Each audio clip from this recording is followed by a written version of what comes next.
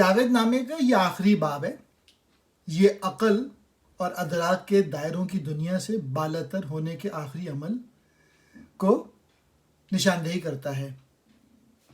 اس باب میں علامہ اقبال نے فریڈرک نیچے کے متعلق شعر کہے ہیں. یہاں ان کی ملاقات عظیم جرمن مفکر نیچے سے ہوتی ہے جس کا اسٹیٹس دو جہانوں کے درمیان ہے. وہ شخص جو سچائی کے آدھے راستے تک ہی پہنچ سکا تھا. علامہ اقبال نے نیچے کا موازنہ موسیٰ علیہ السلام سے کیا ہے جو اس ویژن کی تلاش میں تھا جو نیچے کو ملنا چاہیے تھا اگر وہ سر ہند کے شیخ احمد کے زمانے میں رہتا. علامہ اقبال کہتے ہیں کہ نیچے کے اندر ایک جلتا ہوا دل تھا لیکن اس کی فلسفیانہ میراث نے اسے تجرباتی زمین پر رکھا. افسوس ہے کہ یورپ میں کوئی بھی ایسا نہیں تھا جو اس کے ویژن کو سمجھ سکے. وہ ایک حلاج تھا جو اپنے ہی شہر میں اجنبی تھا. میں ایک یا دو کوٹس پڑھ دیتا ہوں نیچے کے، پھر نظم کو ایکسپلین کرتا ہوں. میں اس بات سے پریشان نہیں ہوں کہ تم نے مجھ سے جھوٹ بولا. میں پریشان ہوں کہ اب سے میں تم پر یقین نہیں کر سکتا. I am not upset that you lied to me. I am upset that from now on I can't believe you. ایک اور جگہ نیچے لکھتے ہیں that which does not kill us make us stronger. جو ہمیں نہیں مارتا وہ ہمیں مضبوط بناتا ہے. زندگی اور موت ہر جابر سر پیکار ہیں. آسمان نیلگوں کے جانے کیا اسرار ہیں. سچ تو یہ ہے موت لاتی ہے پیام زندگی. اے خوشا وہ مرد جو سمجھے حقیقت موت کی. ہر کہیں ہے عرصہ آفاق میں ارزانے حیات. بے ثباتی میں وہ رکھتی ہے تمنائے ثبات. جانے کتنی راہ میں دیکھے جہان شش جہات. آخرش آئی نظر آنکھوں کو حد کائنات. ہم نے دیکھا ہر جہاں کے ماہ و پروین اور ہیں. ہر جہاں میں زندگی کے رسم و آئین اور ہیں. مثل دریا وقت ہر عالم میں رہتا ہے رواں. ہے صبح گامی یہاں آہستہ رفتاری وہاں. جو ہمارا سال ہے ماہ ہے یہاں دم ہے وہاں. جانتے ہیں بیشتر جس کو یہاں کم ہے وہاں. ایک عالم میں ہماری عقل تو ہے ذو فنون. دوسرے عالم میں لیکن ہے وہی خوار و زبون. جرمن فلاسفر نیچے کا مقام. ہر جگہ وجود اور نیستی میں جنگ ہے یا جنگ جاری ہے. کوئی بھی اس نیلے آسمان کے راز سے باخبر نہیں. یعنی زندگی اور موت کیوں ہوں باہم برسر پیکار رہتی ہے. ہر جگہ موت زندگی کا پیغام لاتی ہے. وہ شخص ایک مبارک انسان ہے جسے یہ علم ہے کہ موت کیا ہے. یعنی اسے خبر ہے کہ موت آخرت کی زندگی کا وقفہ ہے. زندگی ہر جگہ ہوا کی طرح ارزاں ہے. یہ بے ثبات بھی ہے اور اسے ثبات کی تمنا بھی رہتی ہے. اگرچہ زندگی فانی ہے لیکن اسے بقا کی خواہش رہتی ہے اور یہ جد و جہد اور عمل ہی سے ممکن ہے. اقبال کہہ رہے ہیں کہ میری آنکھوں نے سینکڑوں 6 روزہ جہاں دیکھے تب کہیں جا کے اس کائنات کی حد نمودار ہوئی. اپنی روحانی سیر کے حوالے سے کہا ہے کہ اوپر کئی جہاں دیکھے تب آسمانوں کے اس پار کائنات سامنے آئی. ہر جہاں کے اپنے چاند اور پروین ستارے ہیں اور ہر کسی میں زندگی کے طور طریقے الگ الگ ہیں. ہر جہاں کا وقت دریا کی مانند رواں ہے. جو یہاں اس جہاں میں تو سست رفتار ہے اس جہاں میں وہ تیزی سے چل رہا ہے. ہماری دنیا کے سال مہینے ہیں جبکہ وہاں ایک پل ہے. یہاں کے سال میں تو 12 ماہ ہیں لیکن وہاں کا سال صرف ایک پل ہے. وقت کی تیز رفتاری کے باعث ہماری دنیا کا زیادہ اس جہاں کا کم ہے. گویا ہر جہاں کے اپنے زمانے اپنا وقت وغیرہ ہے. اس دنیا میں تو ہماری عقل ذو فنون ہے لیکن دوسری دنیا میں وہ ذلیل و خوار ہے. اس کی کوئی قدر و قیمت نہیں اور وہ کسی شے تک رسائی کے معاملے میں بے بس.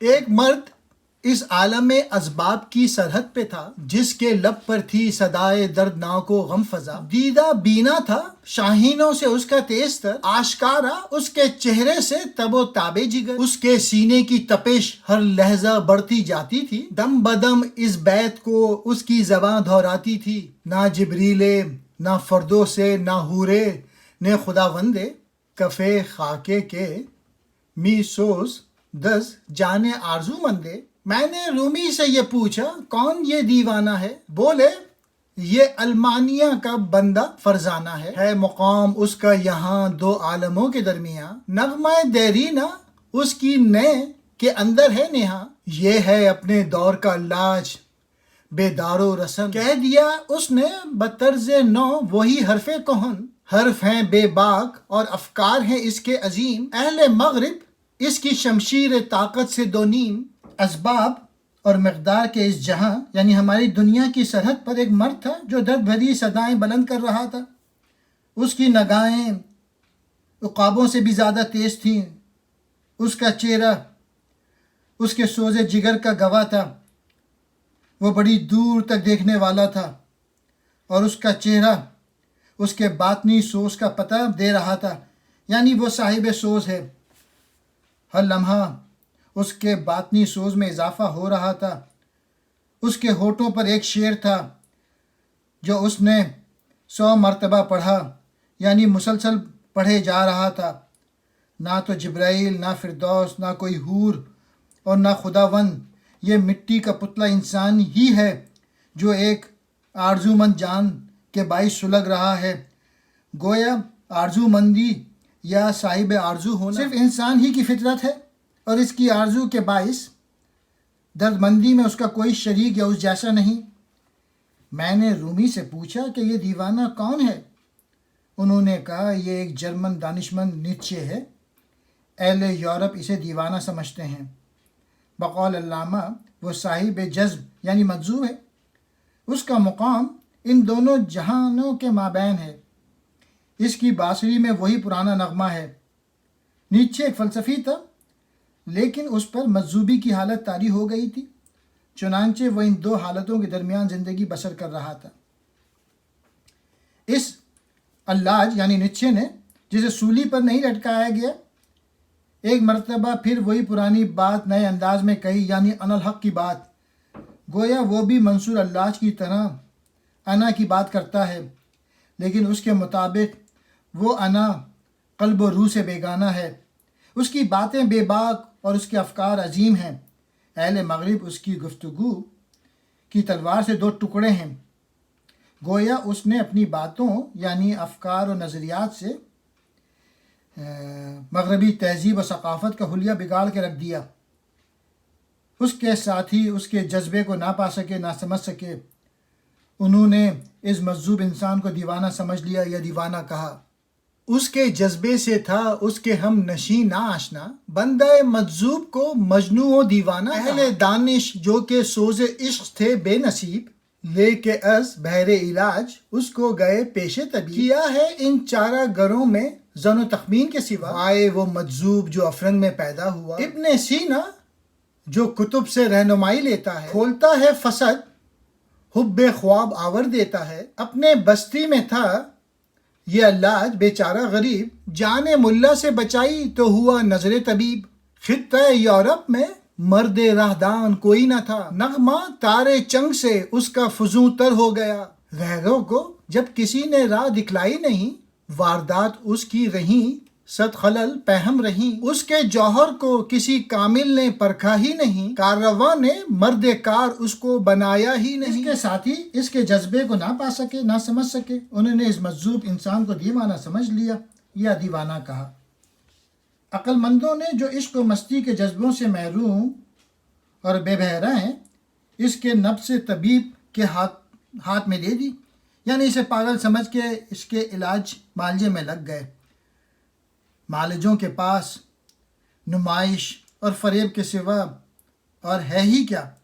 اس مجذوب کی حالت قابل افسوس ہے جو افرنگ یا یورپ جرمنی میں پیدا ہوا، چونکہ یورپ کے عقل مند سوز و جذبے کی کیفیت سے محروم تھے انہوں نے اسے پاگل قرار دے کے اس کا علاج شروع کر دیا۔ گویا اس لحاظ سے نیچے بدقسمت ٹھہرا۔ ابن سینا مراد بڑا طبیب نسخہ جات کی بیات پر دل لگاتا ہے، یعنی کتابوں میں جو کچھ لکھا ہوتا ہے اس کے مطابق علاج کرتا ہے، یا پھر اس کی فسد کھولتا یا لین لانے والی گولی دے دیتا ہے۔ نیچے کے حوالے علاج کے حوالے سے بات کی ہے۔ وہ نیچے ایک ایسا علاج تھا جو اپنے شہر میں اجنبی تھا۔ ملا یعنی عیسائیوں کے مذہبی پیشواؤں نے تو اس کی جان بخش دی، لیکن طبیبوں نے اسے مار ڈالا۔ چونکہ یورپ میں کوئی راہدان آدمی نہ تھا، اس لیے اس نچے کا نغمہ ساز کے تاروں سے بڑھ گیا۔ گویا اگر یورپ میں کوئی ایسا مرشد یا رہنما ہوتا جو اس کے نظریات کو حدود میں رکھتا تو وہ پاگل پن کے الزام سے بچ جاتا۔ ریرو یعنی نیچے کو کسی نے صحیح راستے کا پتہ نہ بتایا، جس کے نتیجے میں اس کی واردات قلبی میں سینکڑوں خلل پڑ گئے۔ وہی بات کہ صحیح رہنما نہ ملا جس کا یہ نتیجہ سامنے آیا۔ وہ نقدی یعنی سونا تھا، کسی نے اسے کسوٹی پر نہیں لگایا، نہیں پرکھا۔ کسی مرد کا یعنی مرد کامل اس کی باتیں سمجھنے والا نہ بنا۔ مطلب یہ کہ اس میں خدا رسیدہ ہونے کی صلاحیت تو تھی، لیکن کامل رہنما نہ ملنے کی وجہ سے وہ ایسے فوق البشر کا قائل ہو گیا جو علامہ کے مرد مومن سے بالکل مختلف یا اس کے برعکس تھا۔ ایسا عاشق تھا کہ اپنی آہ میں گم ہو گیا، ایسا سالک تھا کہ اپنی راہ میں گم ہو گیا۔ ریزہ ریزہ اس کی مستی نے ہر ایک شیشہ کیا، وہ خدا سے بے تعلق خود سے بیگانہ رہا۔ چاہتا تھا ظاہری آنکھوں سے کیا کیا دیکھ لے، قاہری اور دل بری کا رنگ یکجا دیکھ لے۔ چاہتا تھا وہ کہ قید آب و گل سے چھوٹ جائے، چاہتا تھا وہ کہ خوشا کشتے دل سے پھوٹ آئے۔ تھی جو اس کی آرزو وہ ہے مقام کبریا، عقل و حکمت سے مگر یہ مرتبہ ہے ماورا۔ زندگانی کیا ہے؟ تشریح اشارات خودی، لا بھی ہے الا بھی ہے، دونوں مقامات خودی۔ لا میں درمندہ رہا، الا سے بے بہرا گیا، وہ مقام ابدا سے رہ کے بے گانا گیا۔ تھی تجلی ہم کنار اور وہ تھا اس سے بے خبر، جیسے میوہ رہتا ہے یخ شجر سے دور تر۔ جرمن فلاسفر نیچے وہ ایک ایسا عاشق تھا جو اپنی آہوں میں کھو چکا تھا، اور ایک سالک تھا جو اپنے راستے ہی میں گم ہو گیا تھا، یعنی منزل تک نہ پہنچ سکا۔ اس کی مستی نے ہر شیشے کو توڑ ڈالا۔ وہ خدا سے تو بے تعلق ہوا ہی تھا، اپنے آپ سے بھی بے تعلق ہو گیا، خود سے بیگانہ ہو گیا۔ اگر اس کے جذبوں کو کوئی سنبھالا دینے والا ہوتا تو اس کی یہ بے تعلقی کی حالت نہ ہوتی۔ اس نے دلبری اور قاہری کے اختلاط کو ظاہری آنکھوں سے دیکھنا چاہا۔ گویا اس کی یہ آرزو تھی کہ وہ خالق کائنات کی جمال اور جلال کی صفات کو اپنے سامنے بھی دیکھ لے، جبکہ یہ اسی وقت ممکن ہے جب وہ کوئی مرد کامل تلاش کر لیتا جو ان خدائی صفات کا مظہر ہوتا۔ اس نے چاہا کہ مذکورہ صفات کا حامل فوق البشر جسم آدم سے باہر آئے، مطلب یہ کہ وہ روحانی طور پہ نہیں بلکہ عقل و ذہن کے لحاظ سے ایسا ہو۔ گویا اس نے چاہا کہ وہ خوشا جو دل سے باہر آنا چاہے وہ جسم کی کھیتی سے پیدا ہو۔ وہ نیچے جس چیز کی تلاش میں ہے وہ تو کبریا کا مقام ہے، جو مقام عقل و حکمت سے ماورا ہے، پھر وہ اسے کیوں کر پا سکتا تھا؟ زندگی خودی کے اشاروں یا رمز کی شرح ہے۔ لا اور الا خودی کے مقامات میں سے ہے۔ لا یعنی ہر شے کی نفی کرنا، اور الا یعنی خدائے واحد اور معبود حقیقی کے وجود کا اقرار کرنا ہے۔ گویا نیچے لاہی کے چکر میں رہا اور اللہ کی طرف نہیں آیا، روحانی جذبوں سے بھی وہ دور رہا، وہ لاہی میں الجھا پھنسا رہا اور اللہ تک نہ پہنچا اور ابدا کے مقام سے بیگانہ ہی گیا۔ ابدا کی وضاحت اس سے پہلے فلک مشتری میں غالب اور اللہ کے حوالے سے آ چکی ہے۔ مطلب یہ کہ فوق البشر کا مقام روز ازل سے آج تک کسی کو حاصل نہیں ہوا اور نہ کبھی ہوگا۔ اس مقام سے آگے نیچے آگے ہوتا تو یوں نہ بھٹکتا۔ تجلی اس نیچے کے پہلو میں ہے لیکن وہ اس سے بے خبر. اس کی یہ کیفیت اس پھل کی سی ہے جو درخت کی جڑ سے دور ہو جاتا ہے. اگر وہ اس تجلی سے آگاہ ہو جائے، اسے پہچان لے، تو وہ خود کو پہچان لے، جبکہ وہ عقل و فکر کے حوالے سے آدمی کو فوق البشر بنانے کی خواہش رکھتا ہے. رویت آدم کا ارماں اس کی آنکھوں سے آیا، بے خطر نعرہ لگایا اس نے آدم ہے، ورنہ وہ تو خاکیوں سے تنگ تھا، بیزار تھا، اور موسیٰ کی طرح سے طالب دیدار تھا. گر زمانہ احمد سر ہند کا ہوتا نصیب، تو سرور سرمدی سے اس کو مل جاتا نصیب. عقل کے ساتھ اس کو میوے گفتگو ہی رہنے دے، تو چل اپنی راہ پر، نیکو تر اپنی راہ ہے. اب قدم آگے بڑھا اور دیکھ آیا وہ مقام آیا جہاں بے حرف اگتا ہے کلام. نیچے کی آنکھوں نے آدم کی رویت کے سوا اور کچھ نہ چاہا. اس نے بے باکانہ نعرہ لگایا کہ آدم فوق البشر کہاں ہے، ورنہ وہ تو خود بھی آدمیوں سے بیزار تھا اور حضرت موسیٰ کی طرح خدا کے دیدار کا خواہش مند تھا. گویا اس نے آدمی کو ہر شے سے بلند دیکھنا چاہا. دوسرے لفظوں میں حضرت موسیٰ تو خدا کے دیدار کے آرزو مند تھے، جبکہ وہ عام آدمی سے تو بیزار تھا، لیکن وہ فوق البشر کی تجلیوں کا خواہاں تھا، اور وہ بھی صرف جسمانی اور فکری اور عقلی لحاظ سے روحانی طور پر نہیں. کاش وہ کسی احمد یعنی شیخ احمد سر ہندی کے زمانے میں ہوتا، تاکہ وہ دوسرے دوائم ہمیشہ رہنے والے سرور حاصل کر لیتا. وہ اسے حقیقی فوق البشر کی منزل دکھا دیتے اور اسے اس تک پہنچا دیتے. نیچے کی عقل اپنے آپ سے گفتگو میں لگی ہوئی ہے. اے زندہ رود، اے علامہ اقبال، تو اسے چھوڑ اور اپنے راستے پہ چل کہ تیرا اپنا راستہ ہی اچھا ہے. آگے بڑھ، تو قدم آگے بڑھا کہ اب وہ مقام آ گیا ہے جہاں الفاظ کے بغیر ہی باتیں ہوتی ہیں. یہ مقام لاہوت لامکاں ہے جس کی کیفیت الفاظ میں بیان کرنا ناممکن ہے، اور نہ اس کا ادراک عقل اور خرد ہی کے بس کی بات ہے. اپنے اس شعر میں رومی نے یہی کہا ہے کہ یہ وہ مقام ہے جہاں الفاظ کے بغیر کلام کرنا ممکن ہے، جبکہ عقل اس کا ادراک نہیں رکھتی.